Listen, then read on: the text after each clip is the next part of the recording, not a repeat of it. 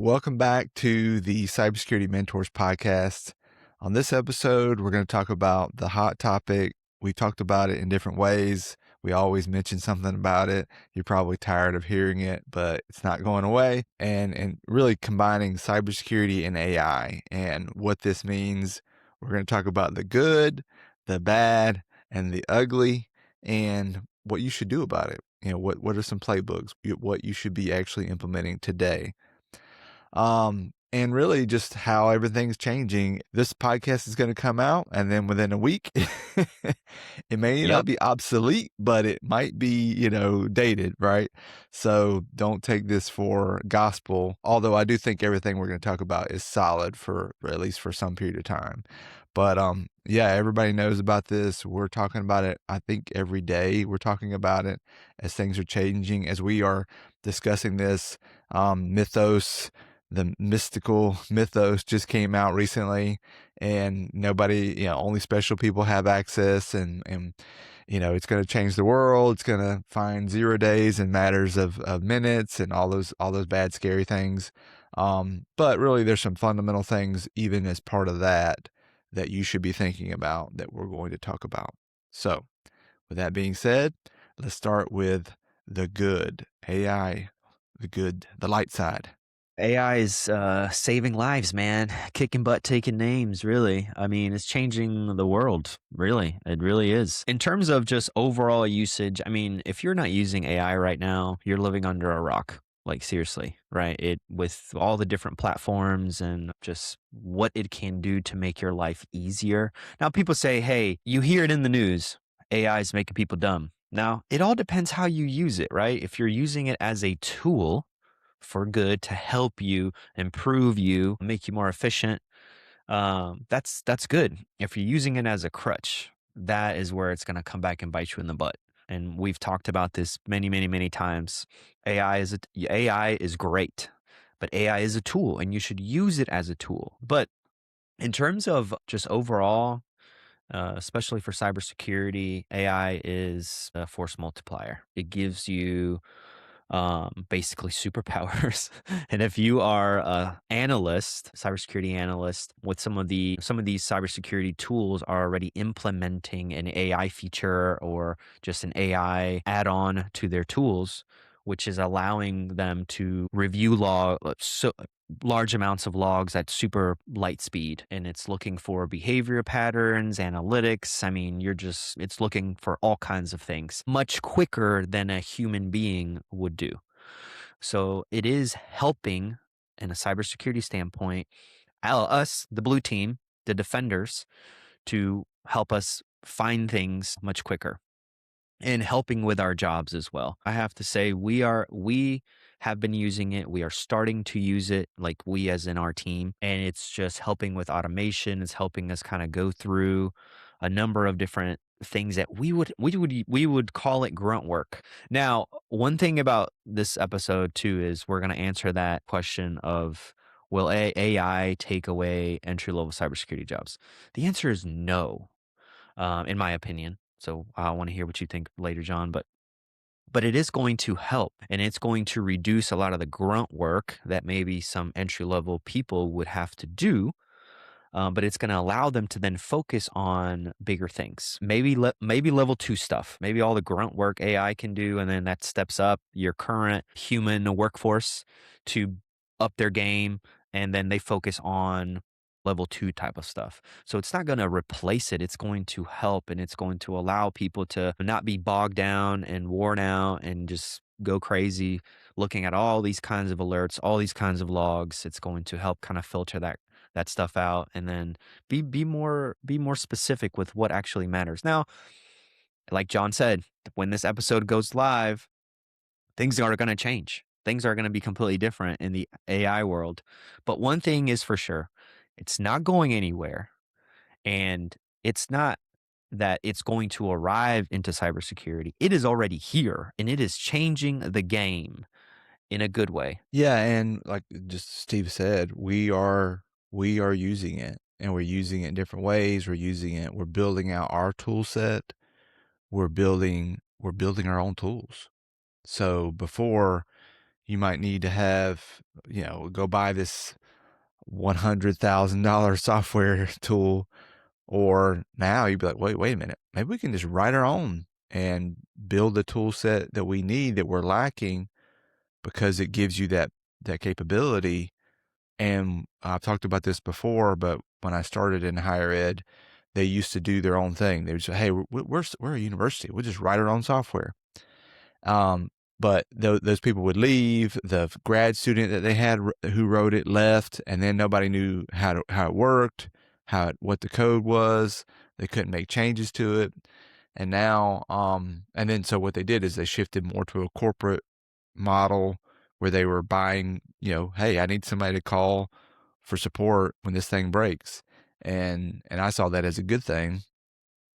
But I think that's going to shift back to, wait a minute. Well, I mean, even if somebody left, we could use AI to go read that code and say, hey, what is this thing doing?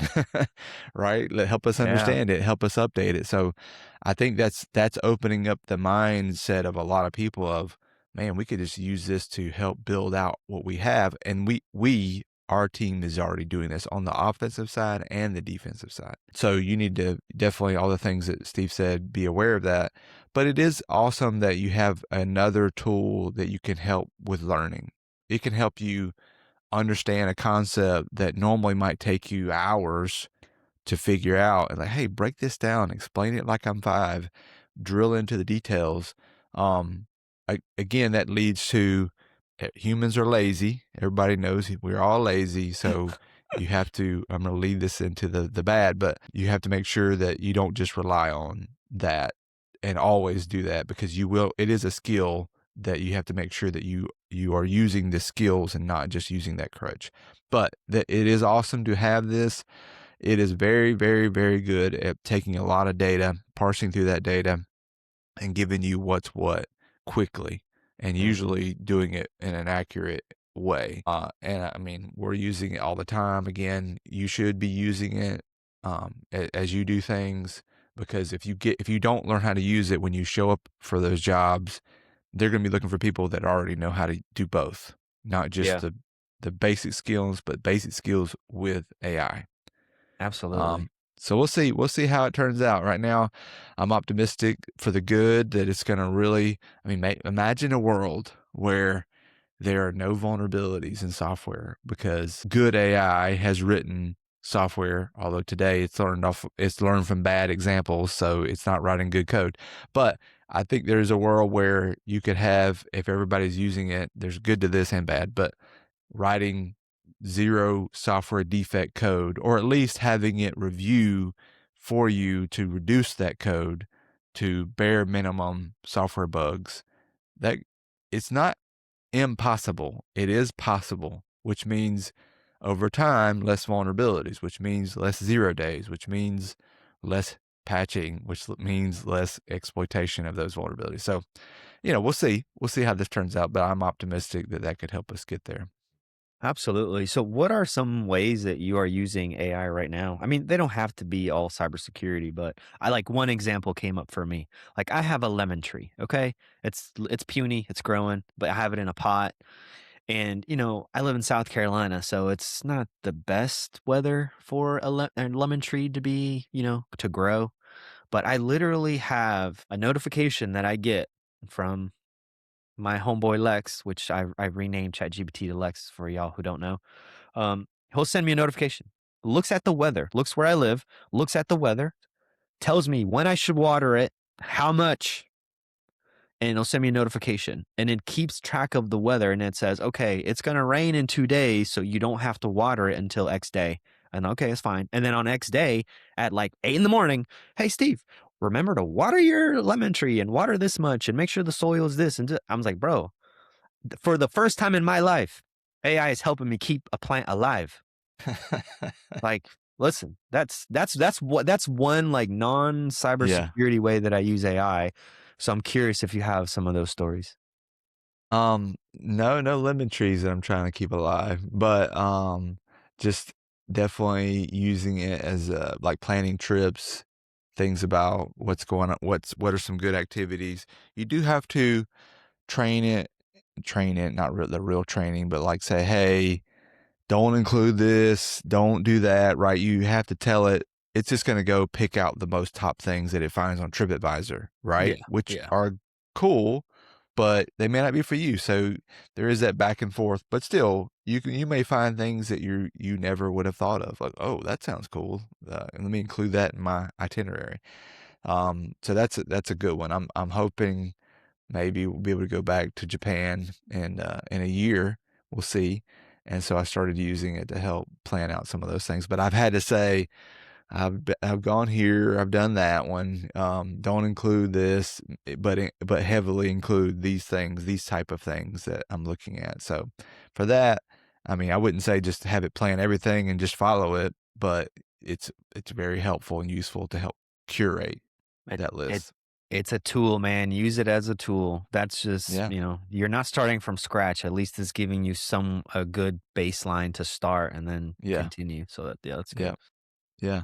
Awesome. All right. So the bad. Yeah. What's the bad, John? Well, I think the big bad, in my opinion, is that people, because we're lazy, forget the fundamentals or don't actually build those skills, the fundamental skills. It's going to happen, even though I'm going to preach that you need to make sure that you have those fundamentals and you work on those. But when you're looking at a problem and you're like, here's the cheat code. Tim Tomes, if you don't know Tim Tomes, he and I were talking yesterday about this very topic, and he's awesome. He's a web application security offensive focused guru. Like he is the guru when it comes to web app security. Go look him up. He's got a company that he teaches web app security, PracticeSec. He's done many talks and many conferences. He was like hired number 1 or 2 for Black Hills Security. Like he was employee number 1. So he's amazing, right? And so he grew up loving programming. Like he from the first time he got a computer, all he did was program, and he saw that as the thing that set him apart because not everybody can program, especially if you've been doing it as long as he's done it. And so that was his differentiator. And now he's like, I'm not special anymore. Anybody can program. Yeah, anybody That's true, could man. write code. Now, is it good code? But it's going to get better, and now it's that level set, which is good but also bad, in that people are going to be like, well, just this, I wrote look at all the code I wrote. Well, did you write that code? Did you actually understand it? And what he uses, a good analogy I really like, was it's kind of like playing a video game like Fallout, for example. We love Fallout, right? And you're playing Fallout and you're like, man, I'm so tired of being encumbered and overweight all the time, and I get tired of having to go find this stupid mineral or source, like whatever. You got to go run across here, run across there. It takes forever. You're like, let me just put this. Wait a minute, there's a mod here. Let me turn this mod on. Oh, I got everything. I got every resource. Oh, I got every gun. Right? I got every armor. And then you're like, you play that, and for about 10 minutes, you're like, this is amazing. I'm kicking butt. I'm killing everything. You're like, man, now I'm bored. Like, I got everything. It's not And so challenging enough. yeah, Yeah. it's not challenging. And so he kind of used that as an analogy for AI, in That's that you great. have the cheat code. There's a cheat code there that, I mean, who's not going to want to use the cheat code? Because it does help you accelerate things. So that's part of it, is the cheat code is there. You want people to not just use the cheat code, but I know people are going to go that route. I just think that basically you need to, and we'll talk about this in the playbook, but don't take that for granted, is that, well, I can go to the answer. I can go to the wishing well and throw my coin in and get the answer quickly. You're going to have to use discipline, honestly, to not just use it all the time. And if you use it, that's fine.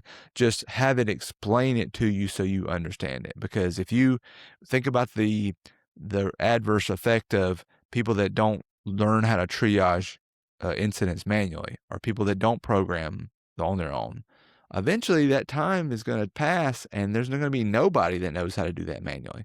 And they're just relying on the tool. Well, the tool told me this and the tool wrote that code. Well, how do you know if it's legit? How do you validate it? Well, you've never done it manually, right?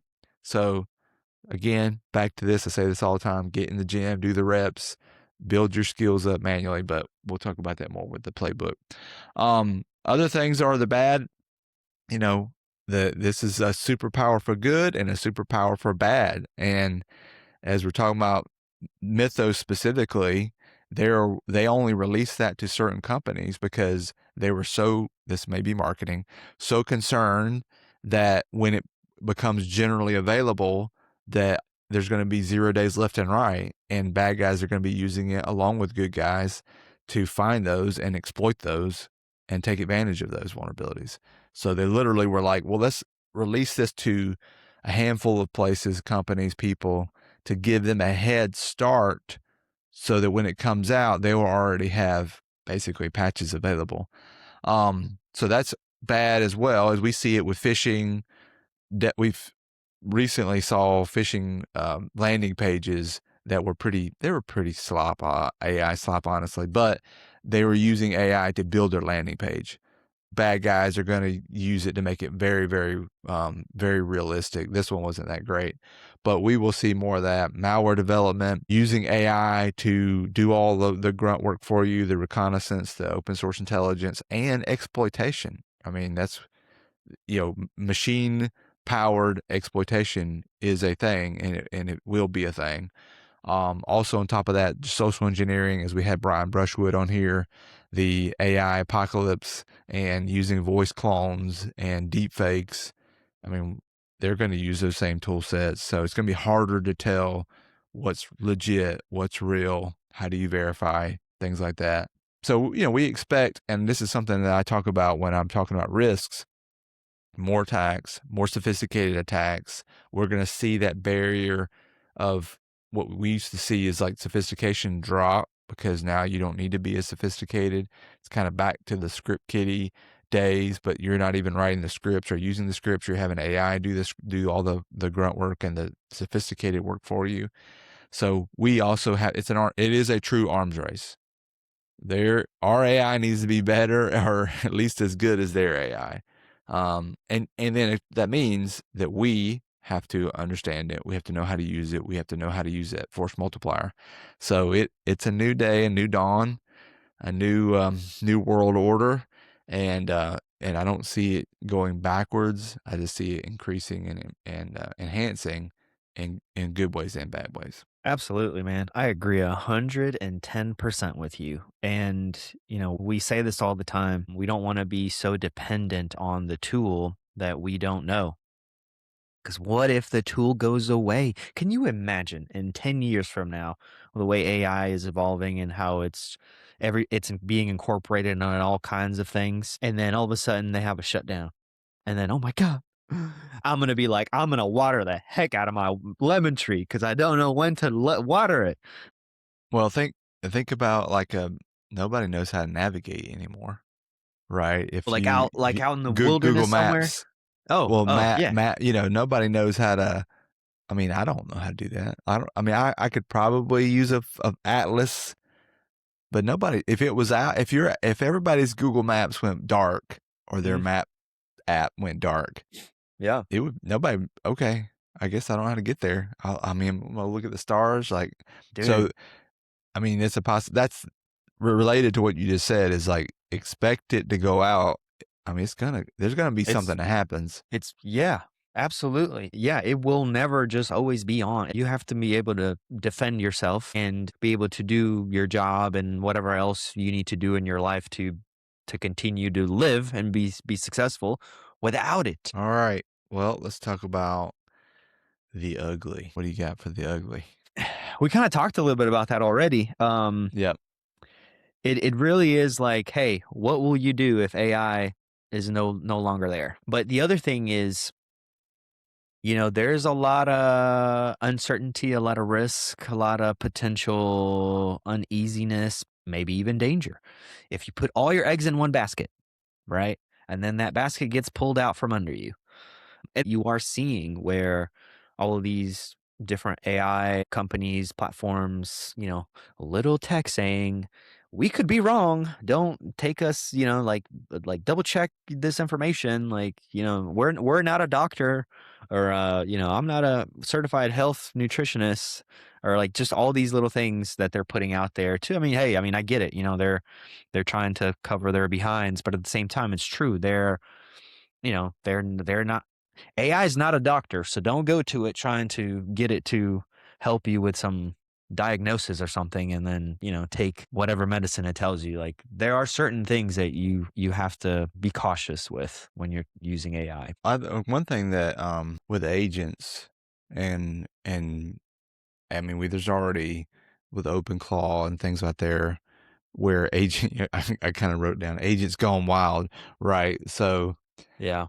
there's a lot of autonomy that you can do with AI, and hey, go do this for me, go do that, go do this, and that's already caused some people problems. That's one example that I've seen. It's funny, where the lady was like, hey, go clean my clean up my email. I was like, okay, and started deleting all her email, and she was like running across the room to stop it from deleting all her email, right? So guardrails, you know, having to make sure you have enough guardrails where it doesn't go wild and cause you chaos inside your personal life, but also in your business. If you're using agents across your environment to do all the things we're talking about, look for bad things, look for weaknesses, check vulnerabilities, and without it potentially checking back in, could cause, what if it tried to exploit a vulnerability that that you gave it some guardrails, but it went off the guardrails and Mm-hmm. brought down systems that were Mm-hmm. critical systems,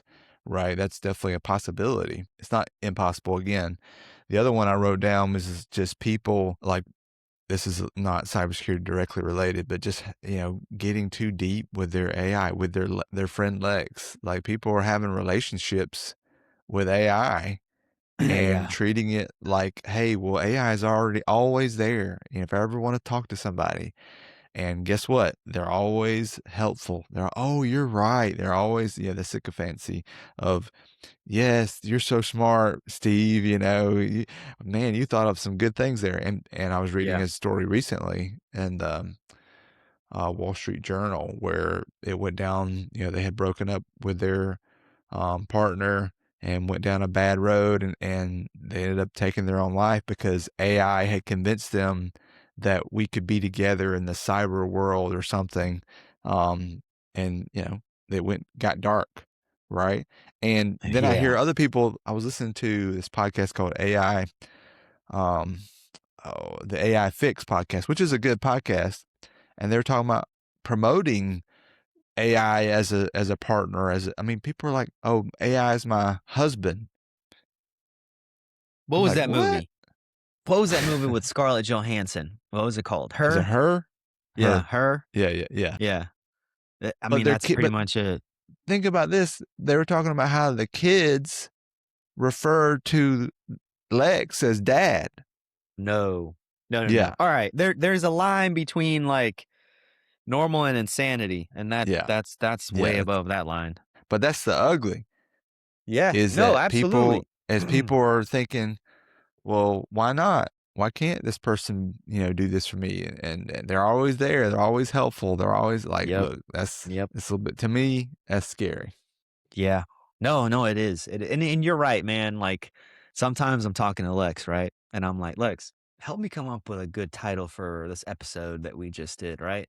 And I'm describing it or whatever. And then it gives me some options, and I'm like, I think I want it more like this. And it he shoots back, and he's like, oh, that's a fantastic idea. See? And then I say, Lex, stop sugarcoating this for me. Just give it to me straight. I don't want none of this BS. And he was like, I will be more stern with you, Steve. And I was like, this mother. Anyway, but yeah, I'm over Yeah. here having conversations with it. But I always say this.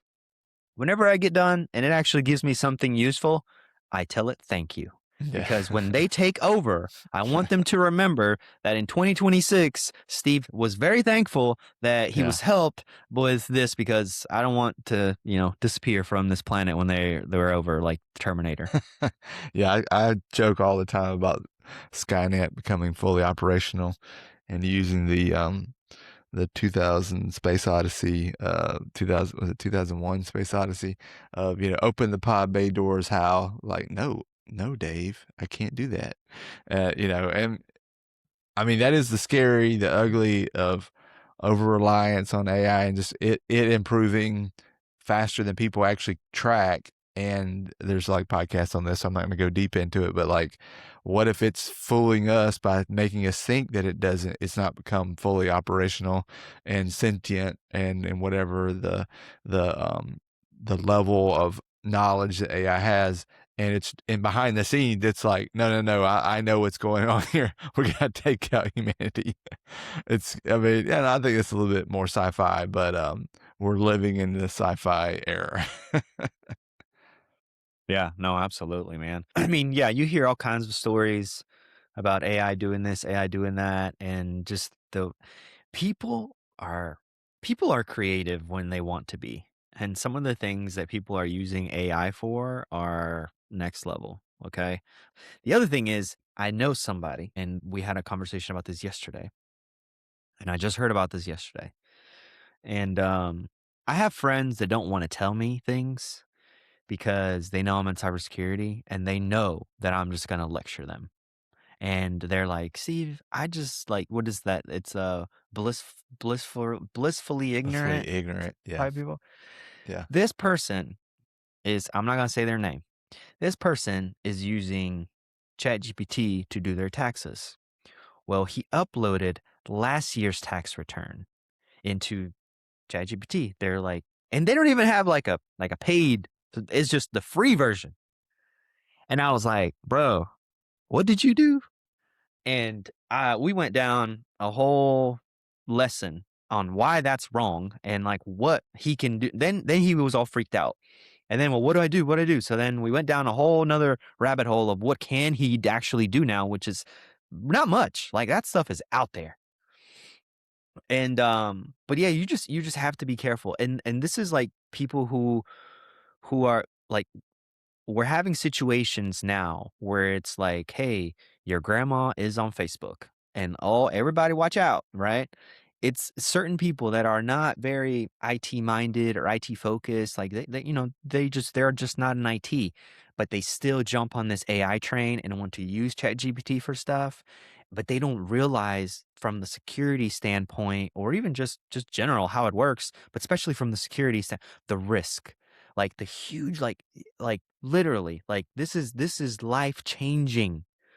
Um, but yeah, I mean, you hear about those types of things all the time. So it's just be smart about it, use it as a tool, but definitely don't be throwing all your personal information out there, because once it's out there, it is out there. Yep, I agree. All right, let's move into the playbooks. So we talked about this already several times, but if I'm telling you as a potential, um, you know, seeker of a job in cybersecurity, or even if you're already in cybersecurity, definitely thinking about the fundamentals.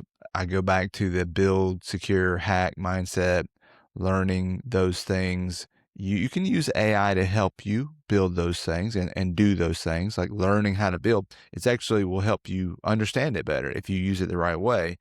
But you still need to go do those steps. You still need to work through a triage of logs and understand how would I decipher this to find what is suspicious. Like coding, scripting is very, very easy to say, hey, write me a script that does this, this, and this. But if you've never written that script or written it by hand, or at least use the framework and the the template to fill in and actually troubleshooting. The hard part, the part that sucks, is the part where you learn, right? When you fail and you fail and you fail again, and even AI doesn't have all the answers. So sometimes even using AI, you're like, okay, well, now I got this error and now I got this error. But that is still good because you're having to work through the problems, overcome those problems, and that's how it sticks with you. There's a phrase that I will use sometimes. It's like, um, easy choices, hard life, hard choices, easy life. And, this wasn't something I came up with. So I heard this on another podcast, but, yeah, I mean, sometimes you need to make those hard choices, and the hard choices may not you may not see the evidence now, but in the long term, you'll see how it helps you. I mean, Tim and I were talking how it is when we came up, these weren't options. And that's, in my opinion, a good thing because we didn't rely on them and we had to learn it the hard way. Now it sucked learning the hard way, but I have those ingrained in me that it really helps me when I am using AI to help me accelerate. I have that to back me up. So that's my pitch, is to use it, but use it, get your reps in. If you feel like it's sucking, that means you're probably learning. If it feels like you're beating your head against the wall, you can use the AI so you don't give up. Hey, help me get over this and help me overcome this. Because that's a lot of times you would go down paths and you're like, I just give up. I just can't get over this hump, right? Now that has actually leveled it down so you can try more things. You have more confidence to back you up. Hey, I've got my doctorate in cybersecurity, doctorate in computer science over here behind me to back me up and help me get through those things. But still, those troubles are good. It's a good thing. Besides that, just like we talked about, make sure you're incorporating and adding, don't not use it. You need to be using it. It needs to, the people that are going to find the jobs and get jobs are people that already know how to incorporate it into their workflows. They know how to bake it into what they're doing. They know how to use it the right way. They don't just rely on it solely. They already are doing that, just like we're talking about how we're already doing that. And make sure that you are proficient in the use of AI. And so that would be my recommendation. Do fundamentals, make sure you're using it the right way, use it to help you do it as you learn, but don't over rely, just like we've mentioned already. I actually had one of our mentees ask me. He's doing a project that he's going to add to his GitHub, and he said, "Hey, I'm building this app, but I'm not actually writing the code. I am using AI to help me write the code and help me build this. Do I need to disclose that, add it to my GitHub and say, this was created with the help and use of AI?" And I actually hadn't really thought about that. I was like, that's a great freaking question. That's a great point. But I wonder how many people are actually doing it. I wonder how many people are actually honest about that. And I said, you know what? I think it will benefit you more if you actually say this, something along the lines of like this was created with the help and use of AI, instead of, pretending like you did everything from scratch. Because that will show not only, hey, they created this project, but they created this project with the use of AI, meaning they've figured out how to use AI. They're using it as a tool. It obviously works because they could see it work. So they've done troubleshooting. So a lot of the steps that you just kind of mentioned, John, you can kind of say, I've done that, working with it, trying to filter out, trying to troubleshoot, trying to figure out what works, what doesn't work. So at the end of the day, I advised them, you know what? I think it would benefit you more if you put that on there, because that one, you got something that works. One, you're being honest about how you did it so people don't think you're this mass coder. Three, it's a topic of conversation, because if a hiring manager sees that and say, "Oh, they're pretty good at using AI or whatever," then that's the topic of conversation in the interview. They want to know, okay, well, what do you mean by, "Oh, this was created by with the help and use of AI"? Did you do anything? Like, did it create it all by itself? And then you can kind of discuss the situation, discuss how everything worked out. But it was something that then yeah, I mean, I think people should be thinking about that, right? And being a little bit more honest about what you are doing, what you're doing with the help of AI. And yeah, just it's something to think about because it might come up in interviews, it might come up with projects, it might come up with things, even in your day to day job. If you are, you get tasked something and you complete it with the use of AI. I mean, I'm not saying go tell everybody, but just know that if it does come up, at least you can be honest about it. Yeah, I think that's the right approach is just include, hey, this is how I used AI to help me build this. This was not just me that wrote it. One thing that was made me think of something that Tim had mentioned is they have challenges for people that are applying to their company. And one individual submitted where they tried to solve the challenge and find vulnerabilities in the software, and it was all their AI prompts. That was what they submitted for the challenge. It was like, oh, this is actually the whole chain of AI. Now, what he said was that it actually revealed that they didn't know what they're talking about because the way they were using AI was like AI actually couldn't figure it out because they didn't understand enough to tell AI what they needed to know to help you solve the problem. He said if they had just said this, AI would have been like, oh, well, that's why you need to do that. Right. And so it actually revealed that they didn't know what they were doing. Interesting. Yeah, it was very interesting. So, again, they're those companies, his company, they're using AI to help them do what they do, just like we are. But if you are gonna be in an interview and you get this question, which you likely will, like, "Hey, what are you using?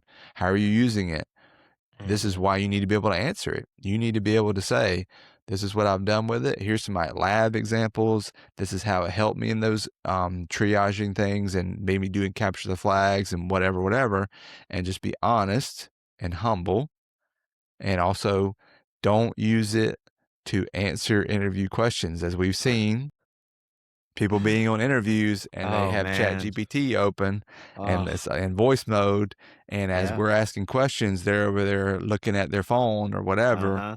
right? So this is definitely in the what not to do category, because what are we going to do? Well, we're going to have to I think in order to be more trustworthy, we're going to bring you in, and you're not going to have AI when we're grilling you in person, right? So you better not Yep. be too reliant on it. Yeah. Absolutely. All right. So the big question, this is what everybody's waiting for, John. Will AI create or eliminate cybersecurity jobs? Basically, Yeah. will Yeah. AI take my job? I tell people no, but I feel like they don't believe me Yeah. because they're seeing all these stuff on the news and all, everything's going Yeah. around. Yeah. It's not going to eliminate your job, right? It's not going to eliminate it. I believe it's going to create jobs, but I believe it's going to push people to evolve. It's going to push you to get better. And just like the example I gave earlier, I see it as, at least for right now, tomorrow might be a different thing, but for today, um, it's not, it's going to reduce the grunt work that you have to do, and it's going to allow you to go from that tier 1 SOC analyst to that tier 2, right? It's going to review all the logs, get all the grunt work, all the crap that you normally do, and then give you the things that actually you need to focus on and get after. And I feel like that is what's going to happen. But they're still going to need people to review, um, to review and to do actual work. I don't think AI is at that level where it can just replace you. Uh, I mean, it may get there one day. Well, and Tim and I talked about, like, if you were going into computer science, what that's going to look like by the time you get out. Like our seniors right now who are graduating, they're having a hard time finding jobs, honestly. And I think because of AI, honestly. And I think that's because companies are trying to figure out, like, well, do we need those entry level developers? We're using AI to write all that code like that they would normally be helping us with. I think it will level out. I don't know that I would be looking to be a developer. Like I'm gonna do code. That's all I'm gonna do because it will. do and take over, and is already taking over a lot of those skills, which is bad and good. But from the cybersecurity perspective, I agree with you. I think that it's just going to be the enhancement to help us find things. And on the GRC side, like I use it all the time. Like, hey, read through this new NIST 800 whatever and give me what I need to know. Right? I don't want to read a 100-page white paper on the new compliance requirements. So, or help me understand what this risk looks like, right? I use it as a tool again. So not just on the operational side, but I do think there's going to be this turbulent period right now of like level set until it like levels out and flattens to, okay, yeah, this is what this is going to look like, which may mean it may be harder to get the entry level jobs and or until they figure that out, what does this look like? But you know, as we're looking to hire people, we're like, no, we need people. I'm not thinking, oh, I don't need another person because we can get AI to do it. I'm just thinking, man, guess how much more we can get done with using that force multiplier to help us protect our organization, Yeah. right? So we're not thinking that way, but you know, we're not everybody. Corporations might be thinking, well, we gotta save Yeah. money here. How do we reduce our overhead? Well, if you can reduce your head count, that's a big overhead. Yeah. Um, I think I'm optimistic. I just the reasons I described just now. I do think it will come to a point where you know, if you don't know how to use it, you're going to be in trouble. But I don't think it's going to be in the long run where you can't get a job. You just need to know how to use both of those together, the cybersecurity fundamentals, those skills, along with AI. And those are the people that they're going to look for. That's what you're going to say. Hey, I'm from posting a new job, how are you able to use AI to come and hit the ground running and not have to be like, okay, now you got to learn AI and how you use it in this job, right? Oh, no, you need to learn it. And so universities need to get on board with that. In the meantime, and some of them are, you can learn this all now. I mean, you know, do it, but use it with that thought process. So I would say it's making an impact in jobs because of what I'm seeing from our students that are having a hard time. They're not getting as many offers as they would normally. So that I can't say that that's not a factor, Yeah. but I do think it's going to level out after people figure out what this looks like. Yeah. So, yeah, I want to add something there too. I actually was talking to maybe a potential podcast guest. He's a recruiter. So he and I connected on LinkedIn. And I reached out to him because we do have a few people that we're working with and they're looking for jobs and we're trying to help them out. And I connected with him and we were just talking about just the challenges, right? The challenges that people are finding, not just with cybersecurity, but across the board, just with all kinds of things. But, you know, our topic is cybersecurity. But he was saying that what we are seeing is just a shift and AI is a part of that. He says what I'm seeing is that more companies are kind of like what you said, John, are waiting to figure out what AI can take over. What can AI do to reduce that overhead? Exactly like you just said, because they are trying to save money. Look, I say this all the times, whether we want to admit it or not, the political landscape affects everything, everything. And it would have, and this, no, this was even the last administration. So when things started to kind of go south, on the job front, and it's continuing that way. It's not getting any better. People are getting jobs, and I forget the stats he gave me. People are getting jobs, but it's at a much slower rate. Why? Because it's taking companies time to one review all those resumes, but they're being a little bit more picky. One thing that we as security professionals have always complained about is how companies classify entry level cybersecurity, and they want somebody to have 3 to 5 years of experience already. That's the BS, right? Well, now that's really what it's going to be. He thinks that for right now, AI will take some of that entry level work. But all that means is that all the jobs that they were looking for entry level, They're kind of gonna move to not entry level, but mid to senior to kind of move up. So if you have your three, so entry level is gonna move up to the next tier. So level 2 type of work.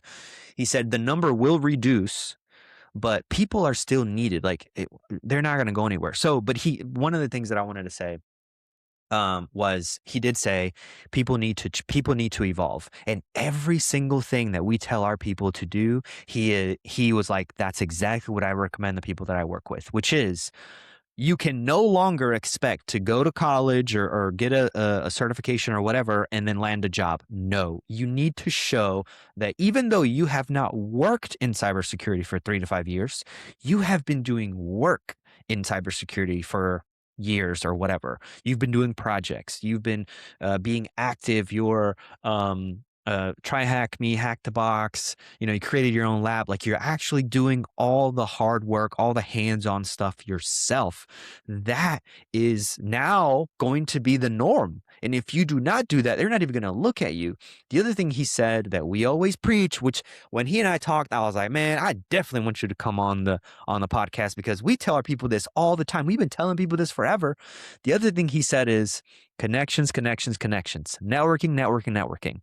Like he said, between 75 and 80% of the jobs, just overall jobs last year, from a study that his company did, found that they got because they knew somebody.